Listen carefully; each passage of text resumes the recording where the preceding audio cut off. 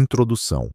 Eles eram homens comuns, pescadores e artesãos, mas Jesus os escolheu apenas 12. Ele os chamou um por um e lhes fez uma promessa que mudaria o mundo. Sigam-me e eu farei de vocês pescadores de homens. Eles caminharam com ele e testemunharam seus milagres, o viram chorar, rir e ressuscitar os mortos, mas também testemunharam sua traição, sua cruz e algo que ninguém conseguia explicar: seu túmulo vazio após a ressurreição. Esses 12 homens não eram mais os mesmos. Algo queimava dentro deles. Um espírito mais forte que o medo e mais profundo que a própria morte. Jesus os enviou em uma missão, para levar sua mensagem até os confins da terra, ir e fazer discípulos de todas as nações. O que começou nas margens do mar da Galileia logo se espalhou pela Ásia, África, Europa e além. Mas essa mensagem teve um preço, e todos eles, um por um, pagaram nessa jornada. Você descobrirá como cada apóstolo morreu. Alguns foram crucificados, outros esfolados vivos. Alguns morreram sozinhos, outros juntos. Mas todos escolheram morrer em vez de negar Jesus. Prepare-se, porque esta não é apenas uma história escrita com sangue. É a história do sacrifício dos pais da igreja. O que você está prestes a testemunhar não é apenas o fim de 12 homens, é o começo de uma fé que nunca parou.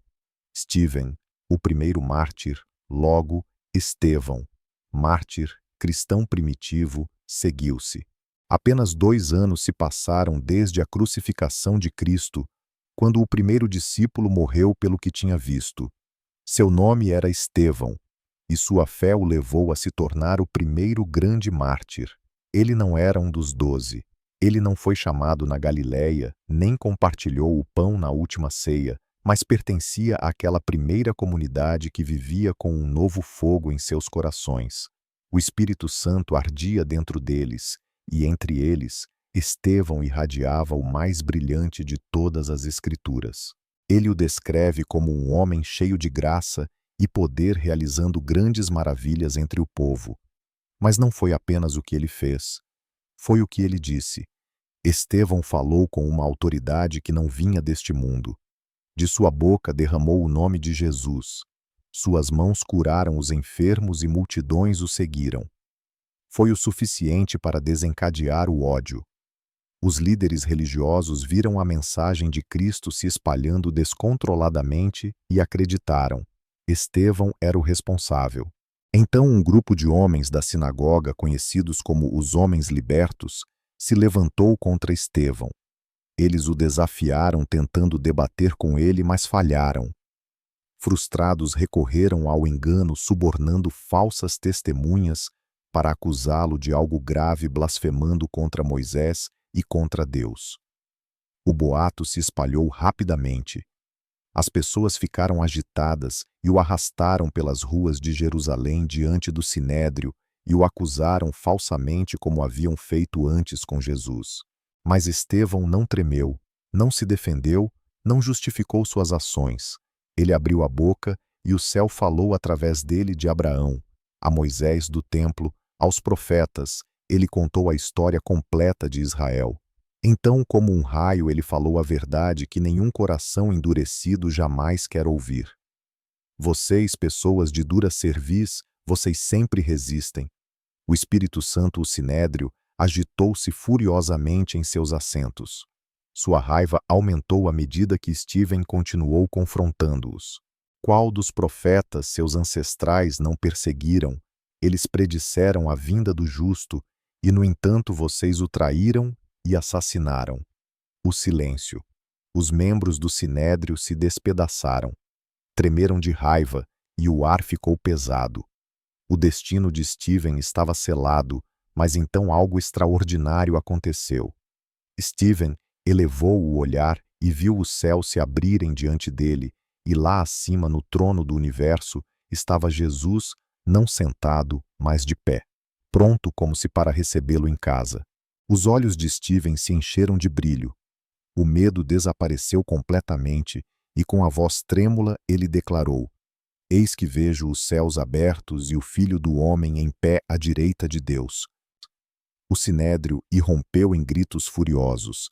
Eles não podiam suportar Jesus exaltado ao lado de Deus, o mesmo Jesus que eles tinham crucificado, agora ousadamente proclamado na cara deles, pelo próprio Estevão. O julgamento tinha acabado. Eles não precisavam de mais provas, correndo sobre ele. Arrastaram Estevão para fora dos portões da cidade e começaram a apedrejá-lo. O primeiro golpe atingiu seu corpo. Então, outra pedra após pedra choveu. Ainda assim, Estevão não gritou nem xingou, nem implorou por misericórdia. Enquanto os homens atiravam pedras, eles removeram suas capas, determinados a não se mancharem com o sangue do justo. Um jovem fariseu os observava. Seu nome era Saulo. Ele observou a cena friamente, seus olhos firmes. Ele aprovou o assassinato. Estevão ofegou, sentindo o sangue escorrendo pelo rosto. Com um último suspiro, seus lábios proferiram uma última oração, não por si mesmo, mas por aqueles que o assassinaram. Senhor, não os leve por este pecado. E então ele fechou os olhos e morreu. Estevão foi o primeiro a morrer por Jesus, e assim como seu mestre ele morreu. Perdoar seu sangue foi a semente que plantou coragem nos corações daqueles que vieram depois, pois o próximo mártir seria um dos escolhidos. Música 12. Tiago foi o primeiro dos 12 apóstolos. Tiago, a morrer pelo nome de Jesus. Ele era irmão de João, também pescador do mar da Galileia, e um dos primeiros a abandonar tudo quando Jesus o chamou: "Siga-me". Tiago fazia parte do círculo íntimo de Jesus. Ele estava ao lado dele. Durante momentos que outros não vivenciaram, ele testemunhou Jesus ressuscitar a filha de Giro. Ele foi um dos 3 apóstolos que viram Jesus transfigurado na montanha e um dos que adormeceram enquanto Jesus orava em agonia, suando sangue no Getsêmani. Quando o Espírito Santo desceu no Pentecostes, foi como se um fogo despertasse dentro dele. Ele se encheu de coragem. Sua voz começou a ecoar por Jerusalém, proclamando que o rei havia vencido a morte e que era por isso que ele estava marcado. A cidade estava mudando. Os crentes aumentavam dia a dia, e Herodes, o grande faminto por poder e ansioso para agradar o sinédrio, decidiu que era hora de enviar uma mensagem clara, uma mensagem de medo. Ele escolheu a voz mais visível, a mais forte, Tiago. Eles o prenderam sem aviso. Não houve julgamento justo, apenas um veredicto rápido: morte pela espada. No entanto, em meio a essa injustiça, algo inesperado aconteceu. O soldado designado para guardar Tiago no local da execução foi repentinamente movido. Talvez fosse a paz nos olhos de Tiago, livre de ódio, livre de amargura. Ou talvez fosse simplesmente o Espírito de Deus tocando um coração endurecido. Não podemos ter certeza, mas sabemos que o próprio carrasco caiu de joelhos. Ao lado de Tiago, confessou a Cristo e pediu para morrer com ele. E assim aconteceu. Ambos foram levados para fora dos muros da cidade. O apóstolo Tiago e aquele homem sem nome, que em seu momento final escolheu a eternidade. Ao amanhecer, a espada caiu sobre seu pescoço, e assim morreu. O primeiro apóstolo que deu a vida por Jesus. Mas a história de Tiago não terminou aí. Anos se passaram e uma antiga lenda começou a tomar forma, dizendo que seus discípulos cuidadosamente levaram seu corpo e, guiados pelo Espírito, o carregaram para longe, muito longe, até a costa norte da Espanha, e o enterraram lá em segredo. Séculos depois, seu túmulo foi descoberto e uma nova chama foi aceso, o caminho de São Tiago, também conhecido como El Camino. Desde então, milhões de pessoas caminharam por dias, semanas e até meses, seguindo seus passos em busca de respostas ou se aproximando de Deus, porque o sangue de Tiago se tornou um caminho. No entanto, Tiago não foi, na verdade, o primeiro dos 12 apóstolos a morrer. Esse foi o Iscariote de Judas. Mas Judas não morreu como mártir. Ele morreu como traidor, enquanto os outros apóstolos voluntariamente deram suas vidas pelo Mestre. Judas o vendeu por 30 moedas de prata. Judas Iscariotes. Judas Iscariotes era um apóstolo. Judas, traição e redenção. Mas sua história é diferente de qualquer outra. Ele também foi chamado. Ele também ouviu a voz do Mestre. Caminhou pela Terra Santa. Testemunhou milagres, multiplicou pães, ressurreições. Ele comeu do pão. Jesus compartilhou, bebeu do mesmo cálice e, no entanto, seu coração escolheu outro caminho. Ele estava encarregado do dinheiro porque era inteligente, observador e quieto, mas algo dentro dele se quebrou. Talvez tenha sido ganância, ou talvez ele nunca tenha sido verdadeiramente um discípulo. Seja qual for o caso, sua traição se tornou a ferida mais dura na história do Evangelho, porque não veio de um inimigo, mas de um amigo no jardim do Getsemane. Enquanto a noite se tornava tensa e os passos dos soldados se aproximavam, Judas se adiantou e com um beijo traiu o Filho de Deus. Jesus lhe perguntou: "Você está traindo o Filho do Homem com um beijo?" E o silêncio que se seguiu foi o começo do fim. Quando Judas viu que Jesus havia sido condenado, algo se despedaçou dentro dele.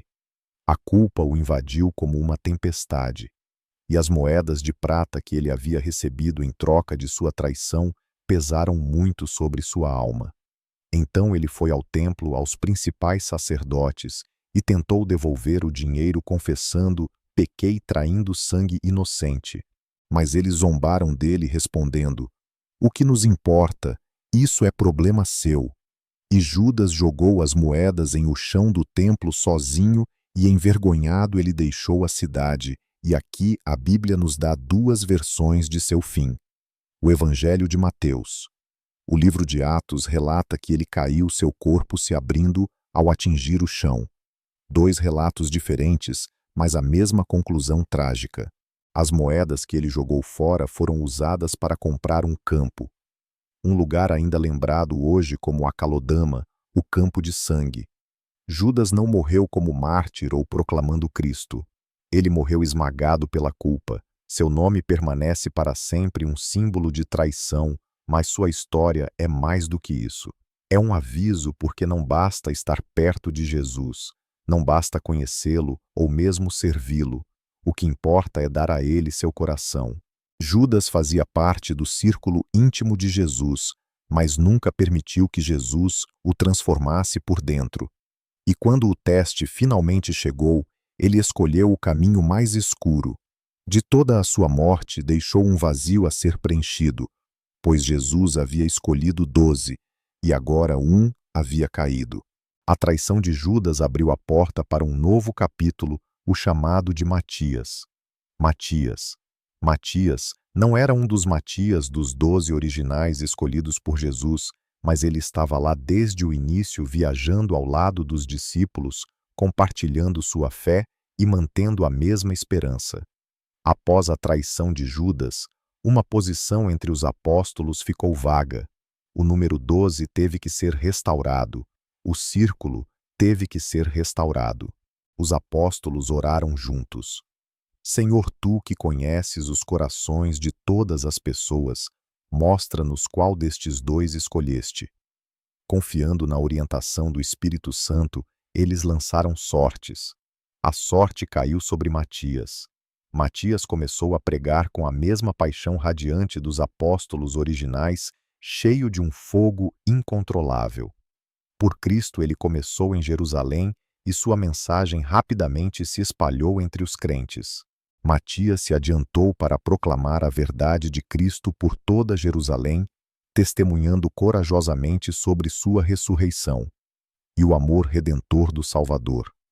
No entanto, as sombras da lei e o ódio persistiram, e os líderes religiosos o acusaram de blasfêmia por pregar que Jesus era o Messias, o próprio Filho de Deus. Uma tensão sombria desceu e o medo encheu as ruas sagradas de Jerusalém. Então Matias foi preso e condenado às pressas ao martírio. Eles o levaram para fora da cidade. Mesmo em seus momentos finais, Matias não demonstrou medo, com os olhos erguidos para o céu, em direção à luz que sempre o guiou. Ele fez uma última oração não por si mesmo, mas por aqueles que o perseguiam, sem saber que seus atos violentos provinham da ignorância cega.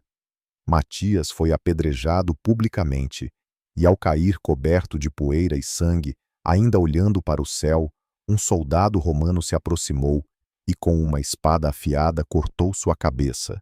Assim com sangue derramado nas ruas de Jerusalém. A vontade de Deus foi cumprida. O número dos 12 foi restaurado. Matias não buscou honras terrenas. Em vez disso, deu sua vida como um humilde testemunho de amor.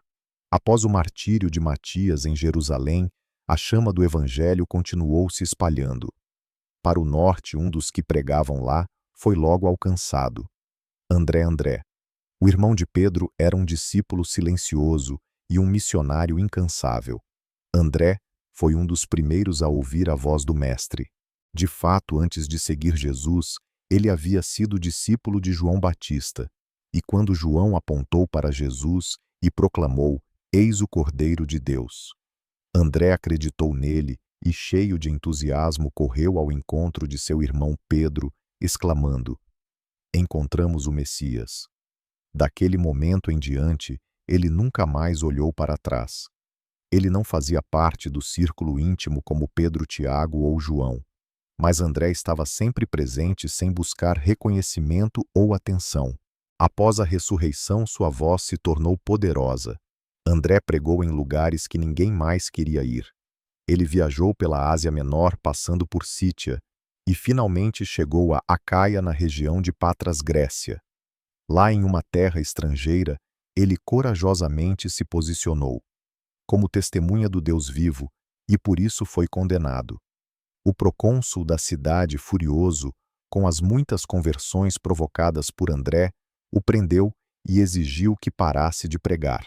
Quando André se recusou, ele o sentenciou à morte por crucificação. Mas quando lhe mostraram a cruz, André sorriu e disse algo que confundiu seus algozes por anos. Eu ansiava por este momento. Não tenho vergonha da cruz, pois é o lugar onde meu mestre venceu o mundo. Ele pediu apenas uma coisa: que não fosse crucificado da mesma maneira que Jesus, pois se sentia indigno de morrer como seu Senhor. E assim foi concedido. Eles se prepararam. Uma cruz em forma de X, um tipo diferente de cruz, mas não menos cruel. Eles o amarraram com cordas em vez de pregos, prolongando seu sofrimento, e por 2 dias inteiros, André, pendurado na cruz, continuou a pregar do alto de seu sofrimento. Sua voz ainda proclamava Cristo. Ele falava do amor de Deus, do perdão e da vida eterna. Multidões ouviam com admiração, alguns derramavam lágrimas, outros zombavam dele, mas ninguém permanecia indiferente. Enquanto seu corpo enfraquecia, seu espírito se fortalecia. E no 3º dia, sua voz silenciou, seus olhos se fecharam e sua alma foi acolhida na glória. A cruz em forma de X tornou-se seu símbolo. A cruz de Santo André, um emblema de humildade, autossacrifício e lealdade inabalável até o fim. André nunca escreveu nenhuma epístola, nem fundou igrejas famosas, mas sua vida proclamou constantemente o Evangelho e sua morte uma das mais belas declarações de fé que a história já conheceu. Após a morte de André na Grécia, a mensagem do Evangelho ecoou por todo o império, mas a perseguição também se intensificou. E no centro de tudo isso, em Roma, estava sua irmão Pedro, o líder dos Pedro 12. Pedro, seu nome era Simão, mas Jesus o chamou de Pedro e declarou: "Sobre esta pedra edificarei a minha igreja, e as portas do inferno não prevalecerão contra ela." Pedro era o líder dos 12, sempre o primeiro a falar, o primeiro a proclamar: "Tu és o Cristo, o Filho do Deus vivo." O primeiro a pisar na água, mas também o primeiro a deny Jesus. That night when Jesus was arrested, Peter followed at a distance, standing by the fire in the courtyard of the high priest. He denied knowing him 3 times. Then the rooster crowed, and Peter wept bitterly. But the master did not cast him aside. Instead, Jesus sought Peter out, and there by the glowing coals in the first light of dawn, on a beach in Galilee, he asked him 3 times, "Do you love me?" And 3 times Peter replied, Lord, you know everything, you know that I love you. Then Jesus said to him, Feed my sheep truly. I tell you, when you become old, you will stretch out your hands and someone else will tie you and lead you where you do not want to go. Peter understood this was more than simply restoration. It was prophecy. He realized that one day he would give his life for Jesus. Peter was restored and forgiven after Pentecost. Peter preached with an authority beyond this world, and thousands believed in a single day. He healed the sick, raised the dead, and boldly stood before the Sanhedrin without fear, and when the time came, he left Jerusalem, taking the gospel straight into the heart of the empire.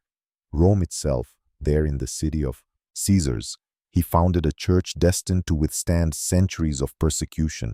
Yet in the year 64 AD, during the reign of Emperor Nero, judgment finally reached him. Nero had persecuted Christians throughout his reign, but the harshest persecution erupted following the Great Fire of Rome in 64 AD. The devastating fire swept through much of the city of Rome, reducing entire districts to ashes and causing immense suffering and devastation. Though the exact cause of the fire remained unclear, rumors spread that Nero himself had ordered the blaze to clear land for his grand construction projects, including his opulent palace, the Domus Aurea, to divert suspicion and accusations away from himself. Nero urgently needed a scapegoat. Thus, Emperor Nero pointed to the Christians, accusing them of having started the fire. The persecution that followed was brutal. Many Christians were arrested, subjected to torture, and put to horrific deaths. Some were sewn into animal skins and devoured by dogs. Others were crucified, and some were even burned alive. Their bodies turned into torches, lighting Nero's gardens at night. Among those persecuted was Peter. He was quickly arrested and sentenced to death by crucifixion when the Roman soldiers announced to him how he would die.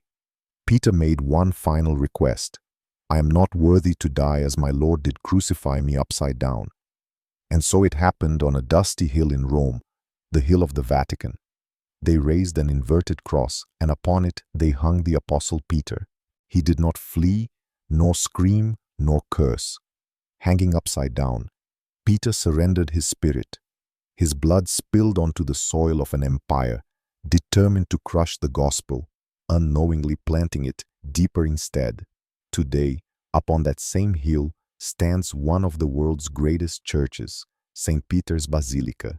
Yet, his true legacy isn't built em pedra ou mármore, ela vive em cada coração, curado pela graça, em cada crente que tropeçou, chorou e foi levantado novamente, porque Pedro não era perfeito. Ele era impulsivo, teimoso e profundamente humano, mas também era corajoso.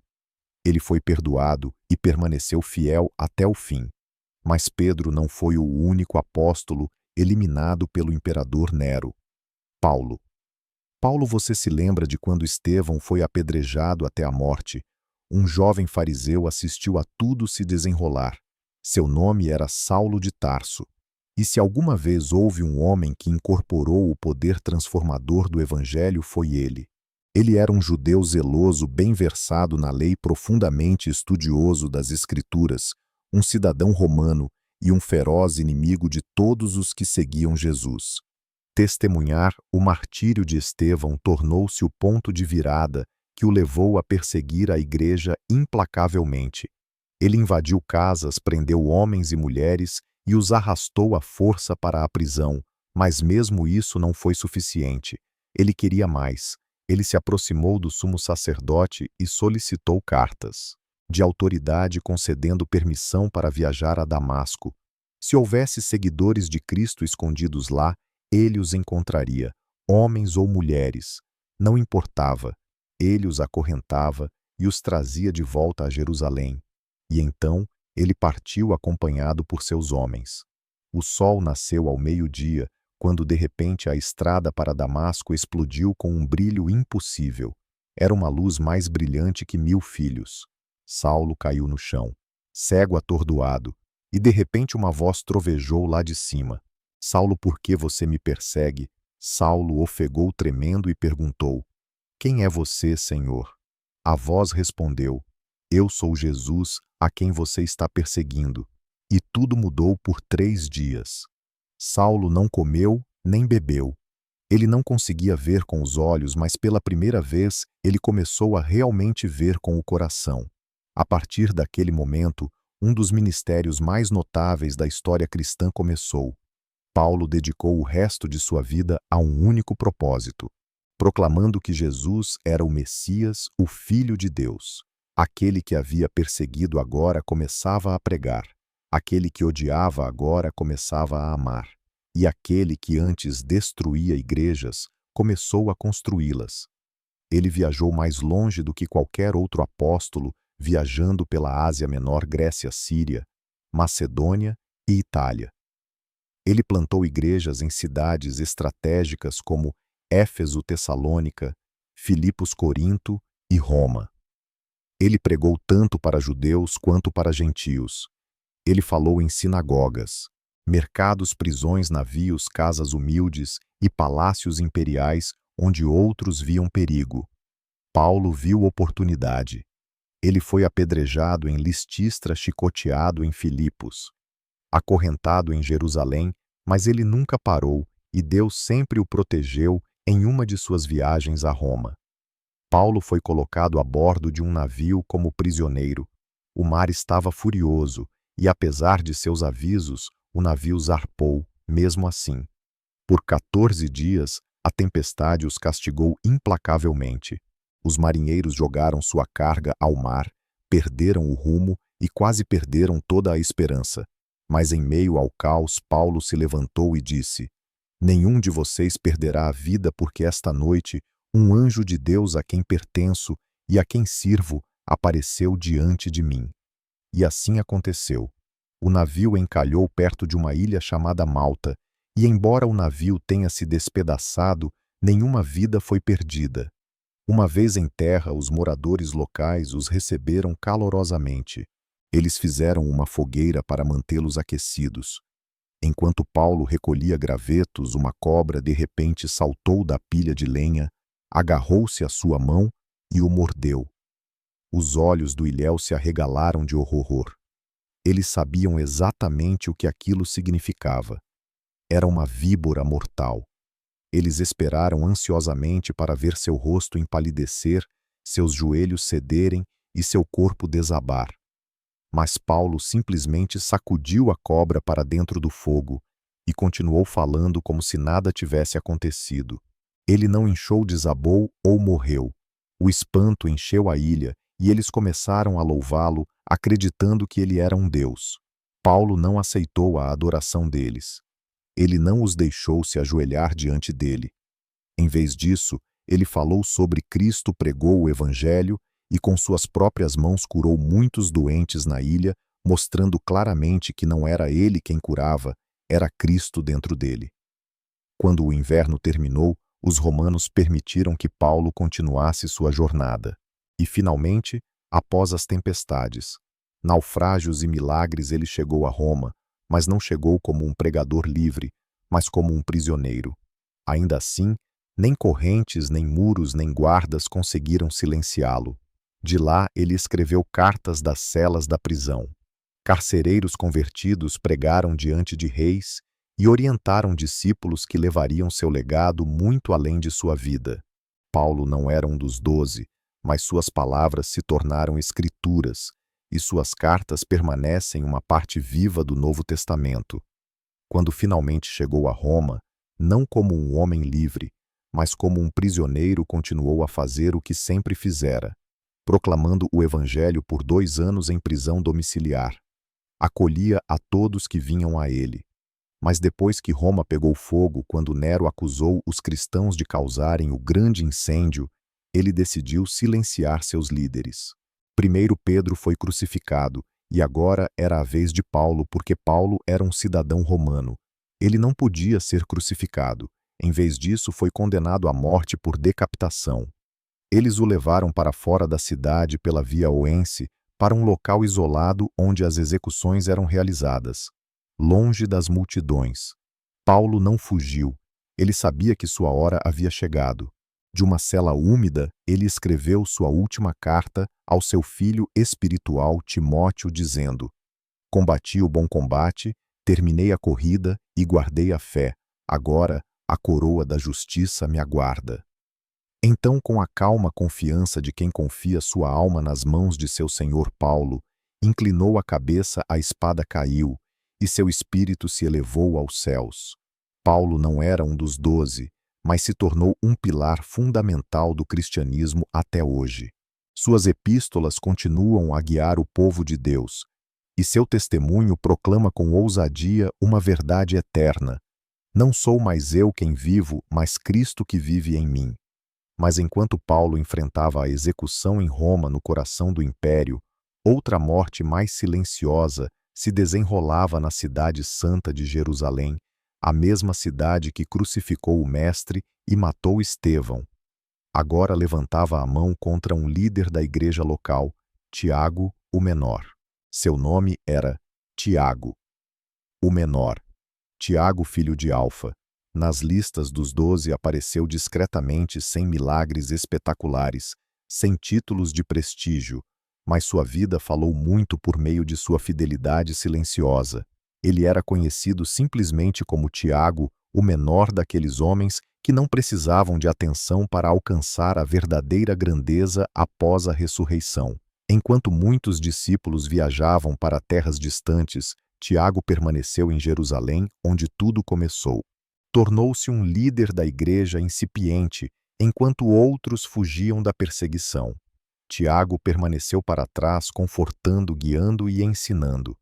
Ele permaneceu como pastor entre um rebanho ferido, um vigia em meio a lobos. Foi sua fidelidade que o colocou na mira. As tensões em Jerusalém estavam se tornando insuportáveis. Os líderes religiosos não suportavam o fato de que, mesmo após a morte de Jesus, seu nome continuou se espalhando e Tiago havia se tornado uma figura central.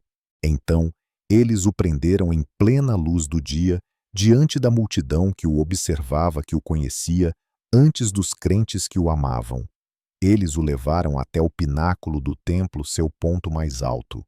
E lá eles exigiram diante de todos que ele negasse Jesus.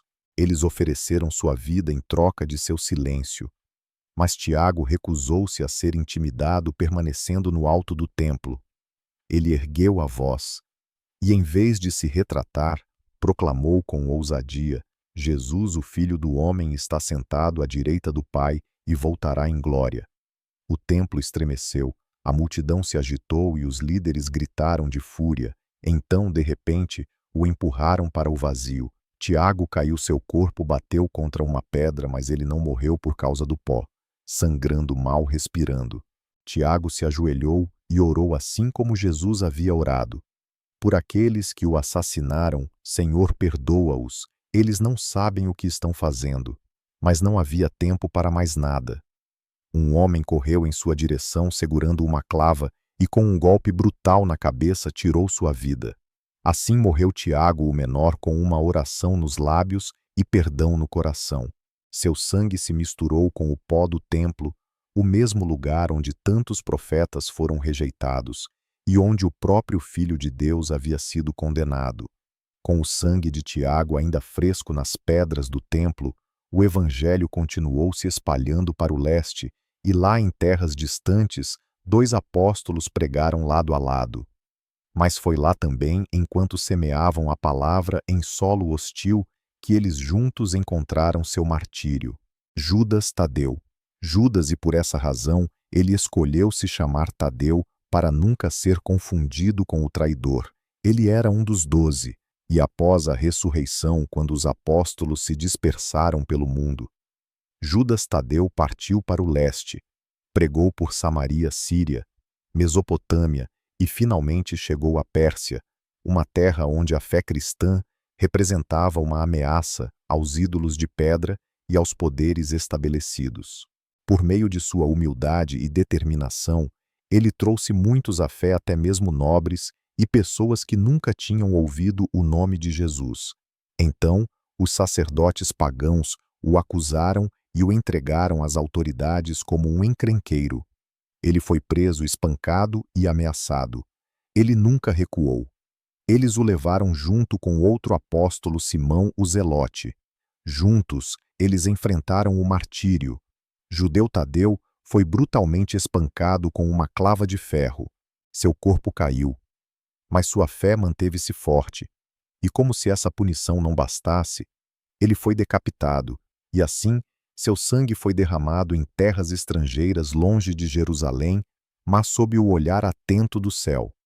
A Igreja nunca esqueceu seu nome ao longo dos séculos. À medida que sua história terrena se desvanecia, o poder de sua intercessão só se fortalecia. Ele se tornou conhecido como o padroeiro das causas impossíveis, o santo dos desesperados. Aquele que, uma vez esquecido durante sua vida, foi elevado por Deus à memória dos fiéis, porque é assim que o reino dos céus funciona. Os últimos serão os primeiros. Mas e Simão, o Zelote? Zelote antes de conhecer Jesus. Simão pertencia a um grupo de resistência judaica dedicado a libertar Israel da opressão romana pela força. Ele era um homem disposto a matar por seu povo, um homem movido por ideais e batalhas, mas então ele conheceu o Messias. Jesus não o convocou para empunhar uma espada. Em vez disso, chamou Simão para dar a vida pelos seus inimigos, para dar a outra face e se sacrificar, não por uma nação terrena, mas pelo reino de Deus. Simão aceitou. Ele caminhou ao lado dos 12, ouviu atentamente em silêncio, e quando o Mestre foi crucificado, ele não fugiu da dor. Em vez disso, tornou-se uma testemunha do amor que vence o ódio após a ressurreição. Simão levou a mensagem de Jesus para além da Judéia juntamente com Judas Tádio. Ele viajou por terras estrangeiras, desertos, aldeias pagãs, até que chegaram à Pérsia. Lá o Evangelho mais uma vez desafiou os que estavam no poder. Conversões multiplicaram-se. Os ídolos caíram e as autoridades religiosas locais viram Simão e Judas como uma ameaça. Ambos foram presos, mas o destino de Simão é descrito de várias maneiras. Na tradição cristã, alguns dizem que ele foi cortado pela espada, ao meio, assim como o profeta Isaías. Outros afirmam que ele foi crucificado junto com Tadeu, pendurado em uma cruz. Por pregar sobre Cristo qualquer que fosse o método, o resultado foi o mesmo martírio. Ele morreu longe de casa sem um túmulo, ou escritos que levam seu nome. Ainda Simão não morreu sozinho. Ele morreu como um deles e morreu por amor.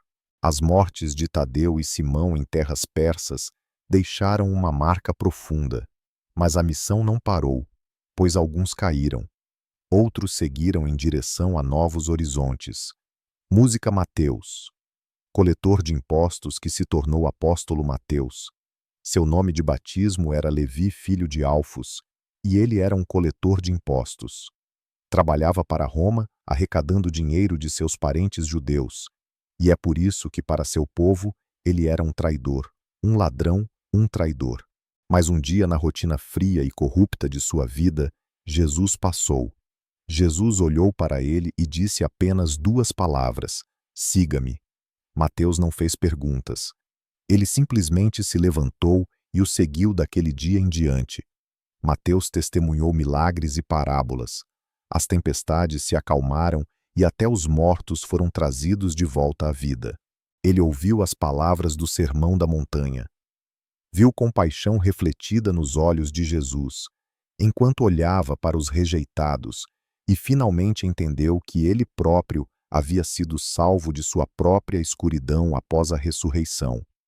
Mateus não desapareceu na obscuridade. Ele não retornou à sua antiga ocupação. Muito pelo contrário, ele pegou um pergaminho e começou a escrever.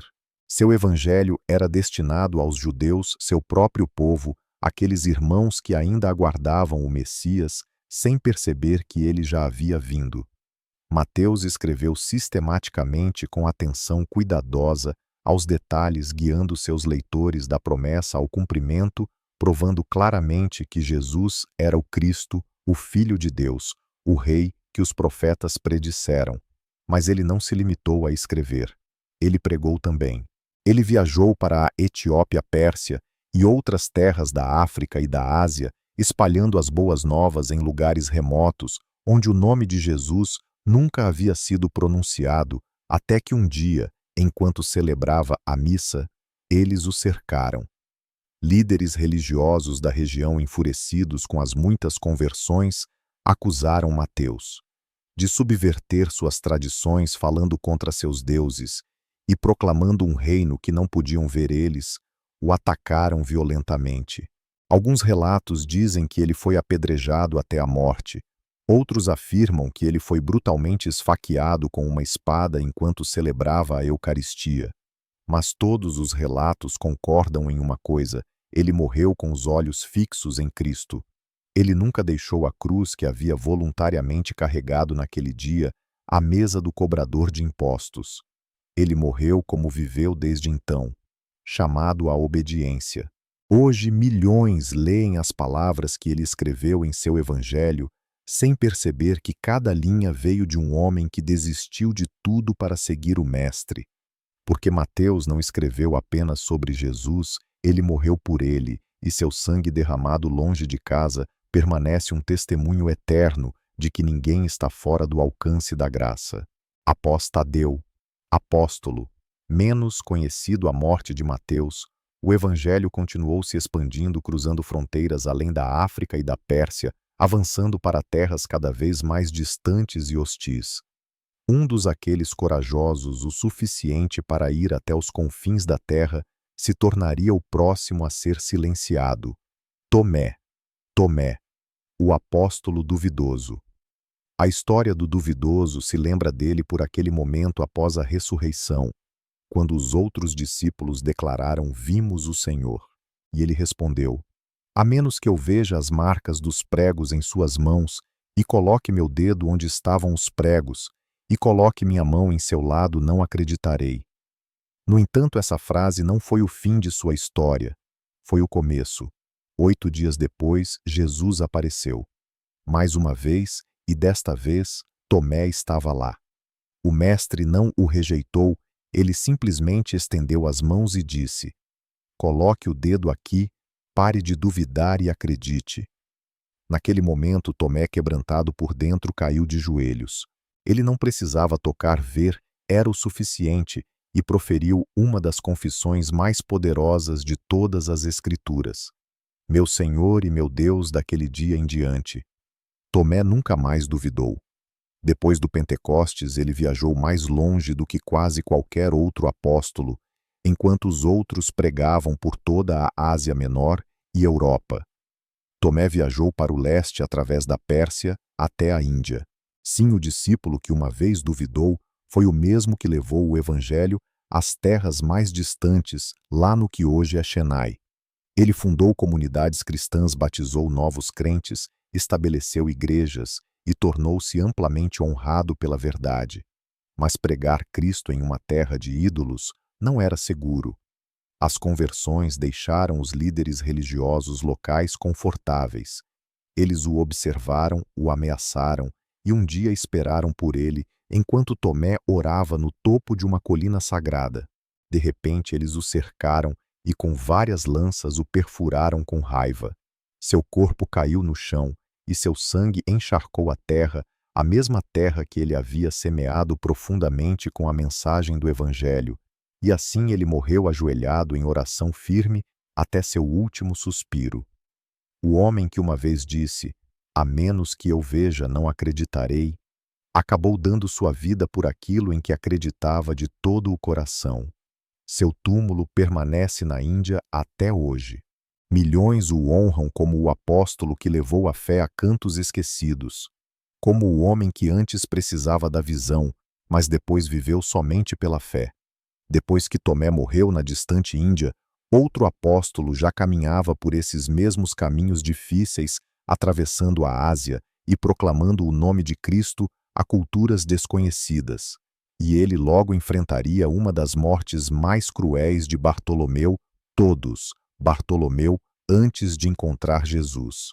Bartolomeu era conhecido como Natanael, um homem sincero, dedicado estudante das Escrituras, profundamente judeu e ainda cético, porque não era facilmente influenciado pelas aparências.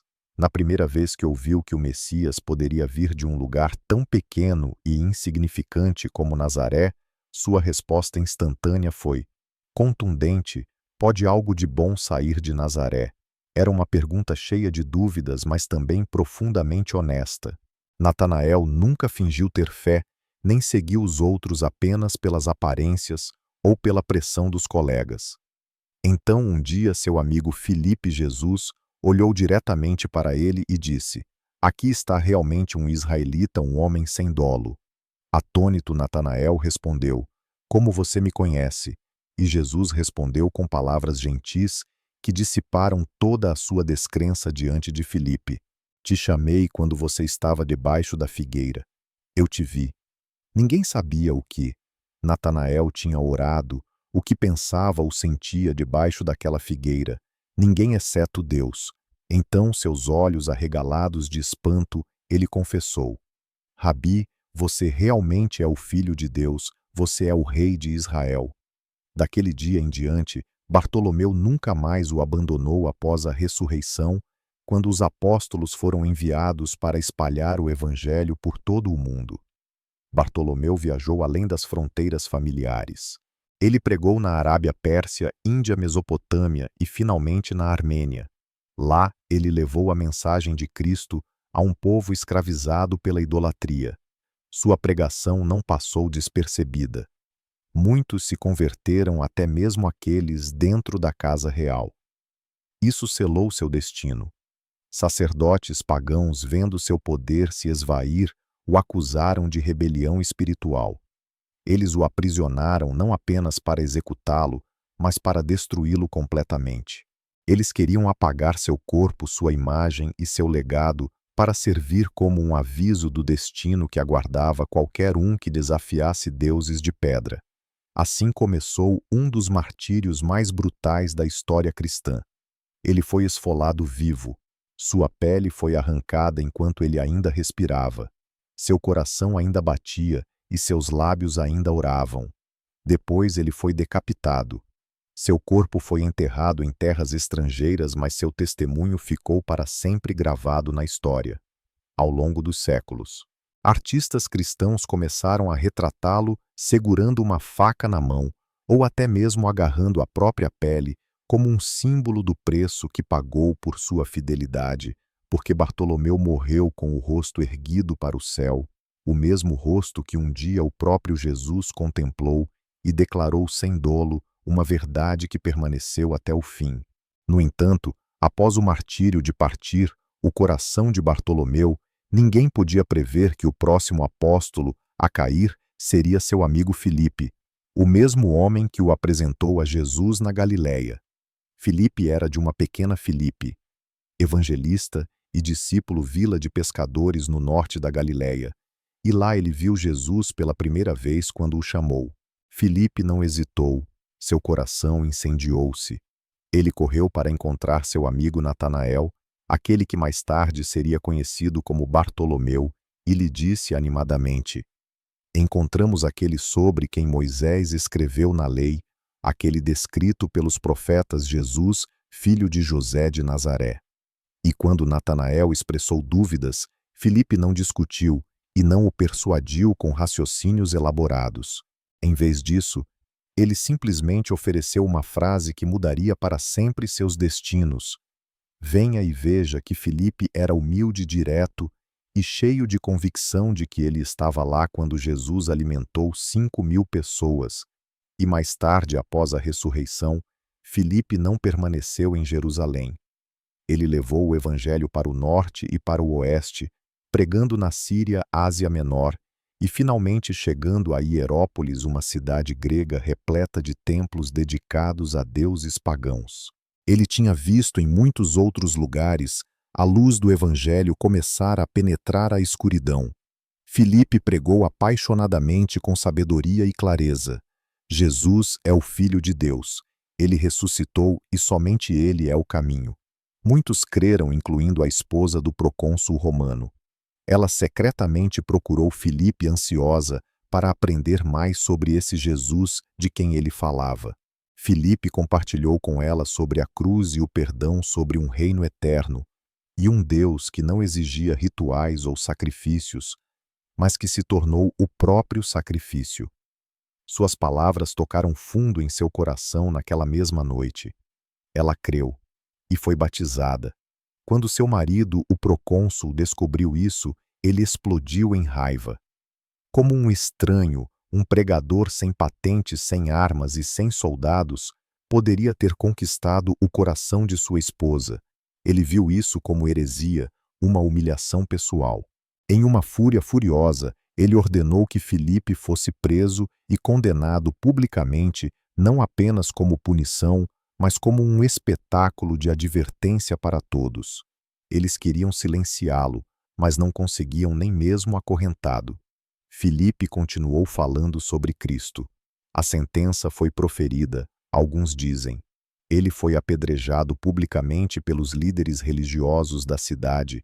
Outros dizem que ele foi crucificado de cabeça para baixo, como Pedro. Seja qual for a verdade, ele morreu proclamando Jesus, porque Filipe nunca parou de pregar Cristo. E mesmo quando sua voz foi silenciada, ele já havia acendido um fogo, que nem Roma conseguiu extinguir após a morte de Filipe. Apenas um apóstolo permaneceu vivo, o mais jovem quando tudo começou, e agora o mais velho. Apóstolo João, todos os outros se foram. Pedro, João crucificado de cabeça para baixo em Roma, Tiago decapitado em Jerusalém, André amarrado a uma cruz em forma de X, Tomé perfurado por lanças, Filipe enforcado por sua fé, Bartolomeu esfolado vivo, Mateus esfaqueado enquanto celebrava a missa, Simão e Tadeu assassinados em terras distantes, Matias apedrejado até a morte, até o traidor.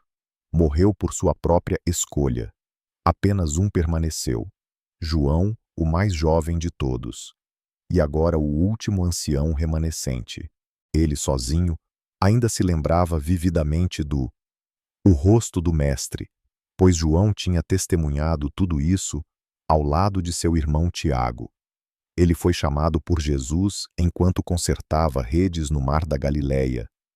Mas Jesus não apenas chamou João, ele o amou profundamente. As Escrituras podem não dizer isso explicitamente, mas repetidamente apontam para João como o discípulo a quem Jesus mais amava. João entendia o coração do Mestre e o Mestre confiava nele. Ele estava lá na Transfiguração quando Jesus brilhou como o sol. Ele estava com ele no Getsêmani, quando o Filho de Deus chorou gotas de sangue. E enquanto todos os outros discípulos fugiam, apenas João permaneceu aos pés da cruz, enquanto o sangue do Cordeiro caía. Sobre a terra, Jesus olhou para ele e, com seu último suspiro de amor, confiou a ele sua mãe.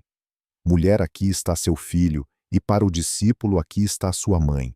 Desde aquele dia, João cuidou de Maria tanto como filho quanto como discípulo. Após a ressurreição, ele estava entre os primeiros que correram ansiosamente para o túmulo e ele chegou primeiro, mas não entrou. Ele esperou por Pedro e no instante em que viu o túmulo vazio, ele acreditou.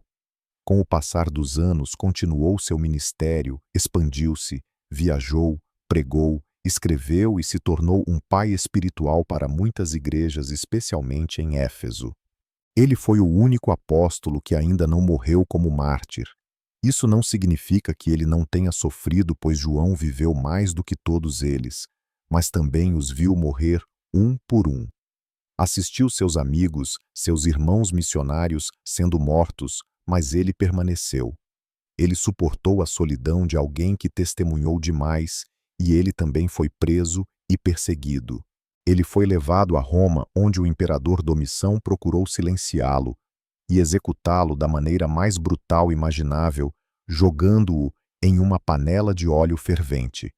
A multidão esperava que ele gritasse para derreter, consumido pelas chamas e agonia, mas ele não gritou nem morreu. Ele nem foi queimado.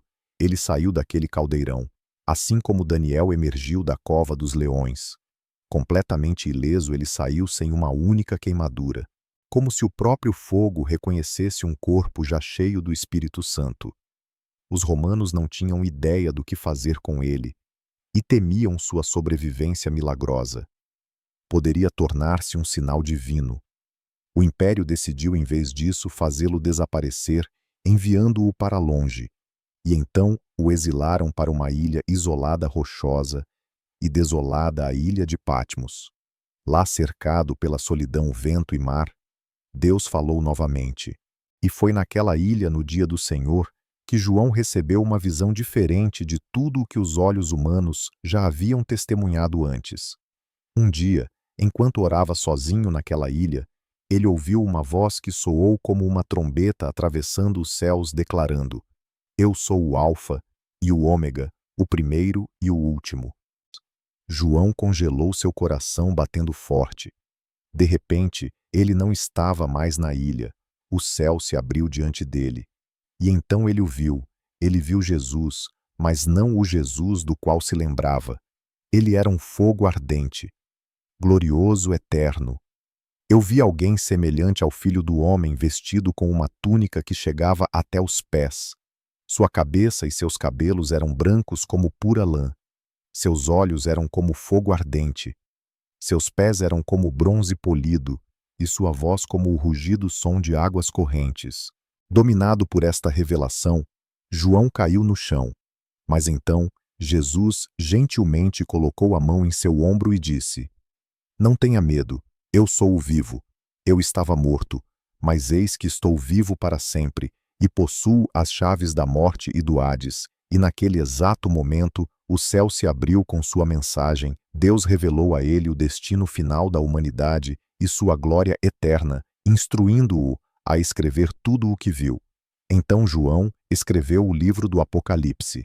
João recebeu todas as visões, as cartas para as 7 igrejas, o trono do Cordeiro, o pergaminho selado, os cavaleiros, as trombetas, os julgamentos, a queda da Babilônia e, finalmente, a Nova Jerusalém, a cidade santa, assim, desde a ilha mais esquecida do império.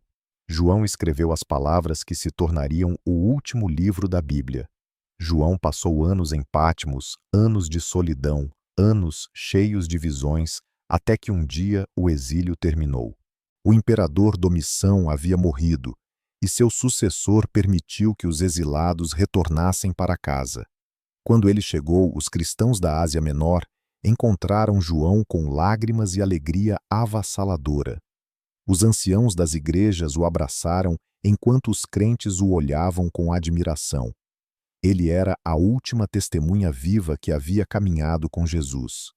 João continuou ensinando incansavelmente, encorajando e fortalecendo a igreja. Esses eram tempos difíceis, pois falsos ensinamentos começaram a se infiltrar. Alguns negavam que Jesus era o Filho de Deus. Outros distorciam o Evangelho com enganos. E João simplesmente não conseguia permanecer em silêncio. O apóstolo idoso pegou sua caneta mais uma vez para compartilhar o que mais importava. Então ele escreveu mais 3 cartas. Em 1 João, ele escreveu com paixão e urgência, proclamando que Deus é amor, que todo aquele que ama nasce de Deus, e que se afirmamos amar a Deus, mas odiamos nosso irmão, somos mentirosos. Em 2 João, ele alertou contra enganadores que negavam que Jesus veio em carne e exortou os crentes a se protegerem contra mentiras. E em 3ª carta a João, ele escreveu uma carta pessoal a Jesus, encorajando-o a permanecer fiel enquanto repreendia aqueles que maltratavam a igreja mesmo em sua velhice. João continuou lutando pela verdade e sua mensagem sempre permaneceu a mesma. Amor. Ele não precisava de muitas palavras, porque ele mesmo tinha visto a palavra, tinha andado com a luz e tinha sentido o próprio bater do coração de Deus. Anos se passaram e João ficou mais velho e fraco, mas ainda continuou ensinando. Os anos pesavam sobre seu corpo frágil. Seu cabelo estava completamente branco. Suas mãos tremiam com a idade e seus pés não podiam mais sustentá-lo, mas seu espírito queimava brilhante como sempre. Ele não conseguia mais caminhar até as reuniões dos crentes, Então outros o carregavam até lá em seus braços. Quando todos se reuniam, o silêncio caía sobre a congregação, e com uma voz gentil, ele sempre repetia as mesmas palavras: amai-vos uns aos outros.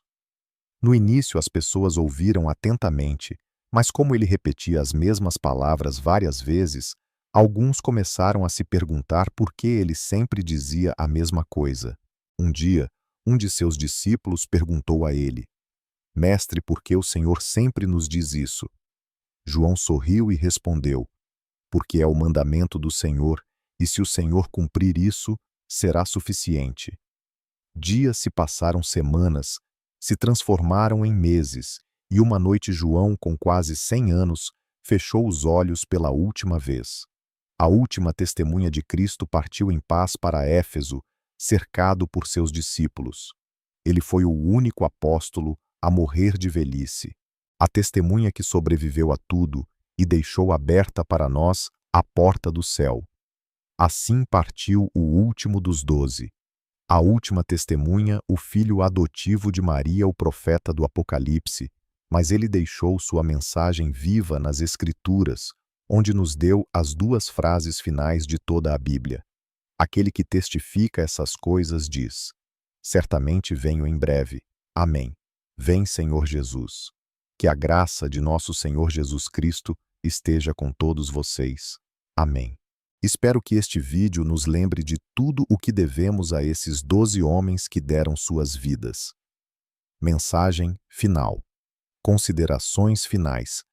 Para que a mensagem de Cristo possa nos alcançar hoje, por favor, clique no botão curtir e compartilhe este vídeo para que sua mensagem possa alcançar outros crentes e suas histórias possam nos inspirar a viver com a mesma fé, paixão e amor por Jesus, e lembrar a história completa dos apóstolos está escrita no livro de Atos. Na Bíblia, na tela agora está um vídeo com o livro completo de Atos. Você precisa assistir para entender a história do nascimento da igreja e como esses 12 discípulos conquistaram o mundo somente pela fé, porque a história deles ainda está viva através de nós hoje. Bênçãos para você e sua